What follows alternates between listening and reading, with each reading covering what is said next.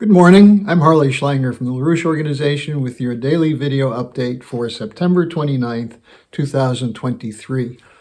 It's Friday, so I'm going to compile your questions into one big one. What are the implications of the attempt to honor a war veteran Nazi in the Canadian Parliament on September 22nd? I've had many emails with people with different opinions on it. Was it intentional? Was it ignorant? What was the meaning of this? Why can't Trudeau be kicked out of office for this? And on and on and on. What I think is necessary to do is take a step back and take a look at what this incident shows about the hypocrisy behind the NATO war drive and the broader implications of why there is a war drive, namely the attempt to maintain the power of a unipolar empire, which is now largely enforced by U.S. military power, but also that of NATO, and the economic policies of the City of London and Wall Street, which are technically policies of corporatism, or that is fascism. So it's a lot to cover, but I want to get to this from the top, because what we're dealing with is historical untruths, which are the underlying basis of what most people believe about the present world history and what you get from the mainstream media, from academics, from think tanks, and so on. So just quickly, what happened in Ottawa at the Canadian Parliament was that there was, in the presence of President Zelensky of Ukraine, Prime Minister Trudeau, and the entire Canadian Parliament, an effort to honor a Ukrainian who was identified as a Canadian hero and a veteran of the war for Ukrainian independence against Russia. Now, anyone with half a brain in their head would know that someone who was fighting against Russia in World War II was on the side of Germany.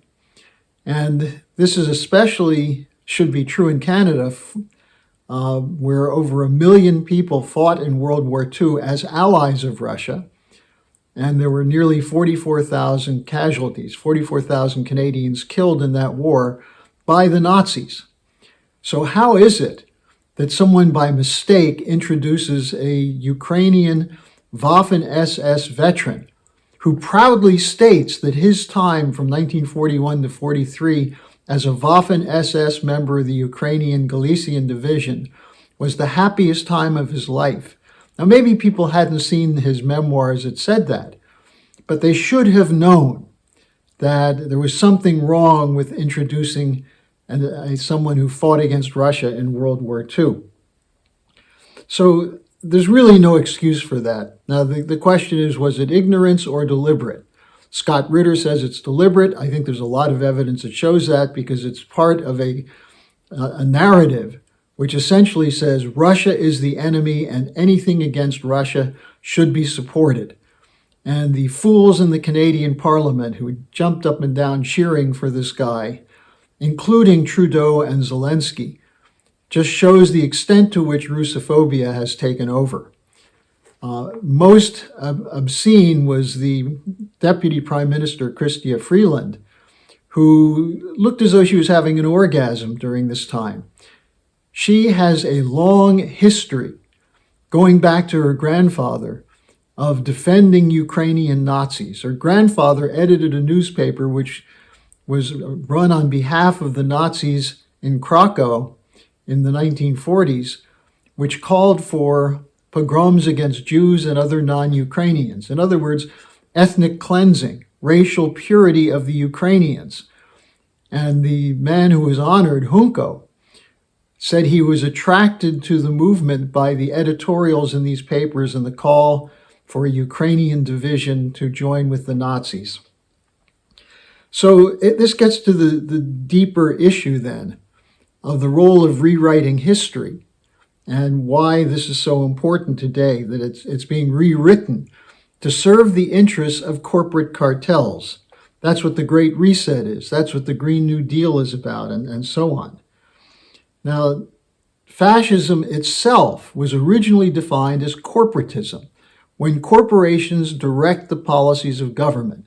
which is what we have today. The corporate cartels make the laws, and they use their funding of political campaigns to control the politicians. That's why both parties in the United States are pro-war. That's why in Germany you have a coalition government which includes left, center, and so on. Even the conservative opposition of the Christian Democrats are for the war. So there's a war party which serves the interests of the cartels, and I'll get to that in a moment. But let's go back to the World War I, post-World War I period. The trusts and the cartels in banking, in insurance, in chemical industry, steel, rubber, and so on, under the direction of the British and the Bank of England, but with significant U.S. interests, the Rockefellers, the Harrimans, and others, Standard Oil, for example, corporations formed trusts with German companies, including after the Nazi takeover in 1933. Now, at the end of the war, not all Nazis were punished for war crimes. The United States and the British helped many of them escape. The famous one is Gehlen, who was in charge of Hitler's Eastern intelligence, who became a center of West German intelligence operations. Stefan Bandera, a pro-Hitler Nazi in Ukraine, who is still celebrated to this day in Ukraine. No matter what the Anti-Defamation League and others say about Zelensky being Jewish, therefore he couldn't be a Nazi, why doesn't he take down the statues of Bandera, who is an open supporter of the Nazis when they came into Ukraine? Why doesn't he stop that? Why don't they remove the name of Bandera from parks and streets? Because this is a continuation of a Nazi policy. You had the relocation of Ukrainian Waffen-SS people like this man Hunko to Canada, where they were allowed to lead peaceful lives as though they had nothing to do with the massacre of Jews and Poles, Russians, and others in Ukraine from 1941 to 1944. Now, the Ukrainian side of this is that these were the stormtroopers at the Maidan Square that led to the regime change and the toppling of the Yanukovych government in 2014, with full support from people like George Soros, but on the ground support from Victoria Nuland, representing the State Department. Joe Biden was in charge of the Obama administration policy toward Ukraine. Now, why was Ukraine so important? Well, let's take a look at what Zbigniew Brzezinski wrote in his book, The Grand Chessboard, in 1997. He describes Ukraine as, quote, a new and important space on the Eurasian chessboard, a geopolitical pivot, using the term of the founder of geopolitics, Halford Mackinder, a geopolitical pivot. Without Ukraine, Russia ceases to be a Eurasian empire. That's the goal of the Ukraine proxy war against Russia today, to break up and destroy Russia, regime change against Putin. Now, this is the long-term British geopolitical interest. It goes back to the great game of fighting Russia in Central Asia and Afghanistan in the middle of the 19th century, as well as the Crimea War in the 1850s. It's part of what Mackinder wrote about with his geographical pivot of history. And after the collapse of the Soviet Union, this became the goal of the Unipolar Order, to eliminate all potential opposition, including strong sovereign nation states, which might oppose the establishment of global corporate cartels and a global bankers' dictatorship. They used the unrest in Ukraine with a strategy called color revolutions, in which you had honest people who were upset with the direction of the government come out into the streets to provide a cover for the neo-Nazi gangs that brought the weapons and did the killing in Maidan Square. And this was totally directed by the Brzezinski network, which included Madeleine Albright, people like Susan Rice, Anthony Blinken, and others who were working on this Brzezinski overall strategy. Now, these are the ones who have then rewritten the history of the Maidan coup. They say there were no Nazis in Ukraine, which is a lie. They say that anyone who says that is speaking Russian disinformation. No, it's historic truth. The fact that the Russians are telling the truth ought to tell you something about what's going on in the West. They lie about the fact that there was a promise made that there would be no eastward expansion of NATO. There was a promise made. It was broken.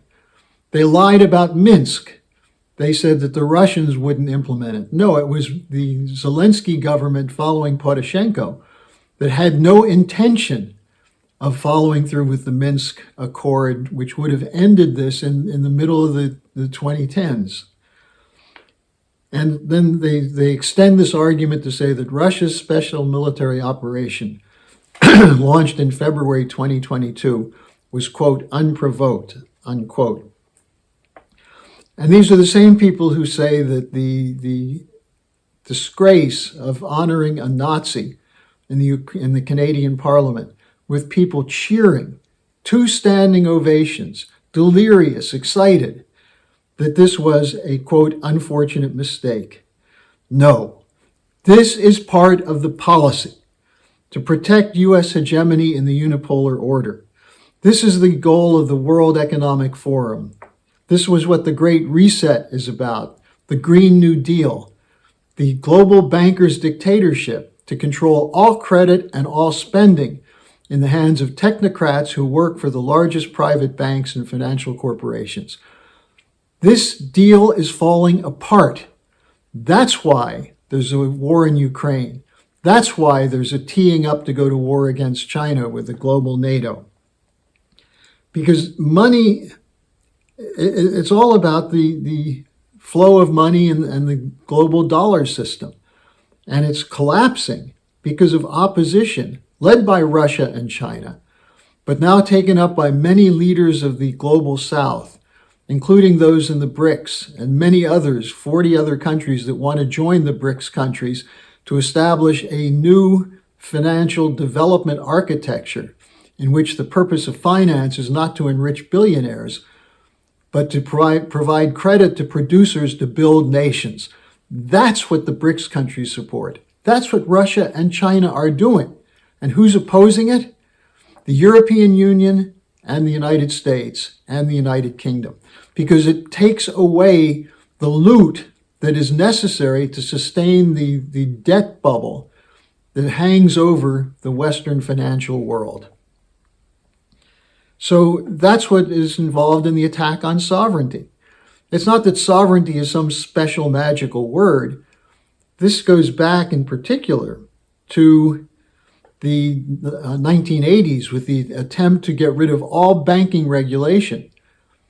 Why were banks regulated? To defend the general welfare of the population of countries. That's what Glass-Steagall is about. To make sure there's a well-regulated credit system where producers have access to credit, as opposed to a line of credit for the billionaires and no credit for anyone else. That was started to take place in the 80s and 90s, and with the repeal of Glass-Steagall in 1999 in the United States.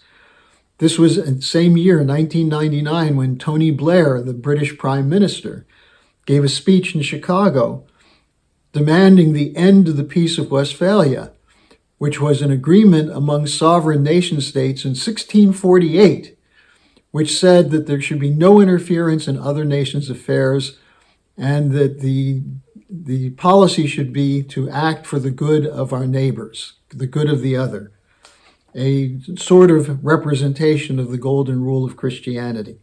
Instead, he put forward the idea of the responsibility to protect, which is an excuse or a code name for regime change, especially in the hands of people like Samantha Power, Susan Rice, the Albright crowd, Blinken, Sullivan, and so on. Now, much of the world is now clear on how this is hypocrisy, that this is a blatant effort to sustain control in the hands of a few billionaires who dictate the policies to governments who use military to crush any opponents to this system. The cheers for the Nazi veteran in the Canadian Parliament make this clear. How could they not have known? Is it Russophobic blindness? Or is it a commitment to the policies that see the breaking up of Russia as a major part of implementing this global fascist control under the name of the rules-based order? Lyndon LaRouche was at the center of opposition for this, or to this, for more than 50 years. He wrote extensively about it, and today the Schiller Institute is continuing his work, working with nations to build an international peace coalition that's aimed not only at ending war, but ending the causes of war, the economic problems that lead to war. So I would urge you to go to the Schiller Institute website, join our movement, and let's defeat this hypocrisy. This hypocrisy is leading to the possible annihilation of humanity in a nuclear war. It's up to us to speak the truth boldly and everywhere we can.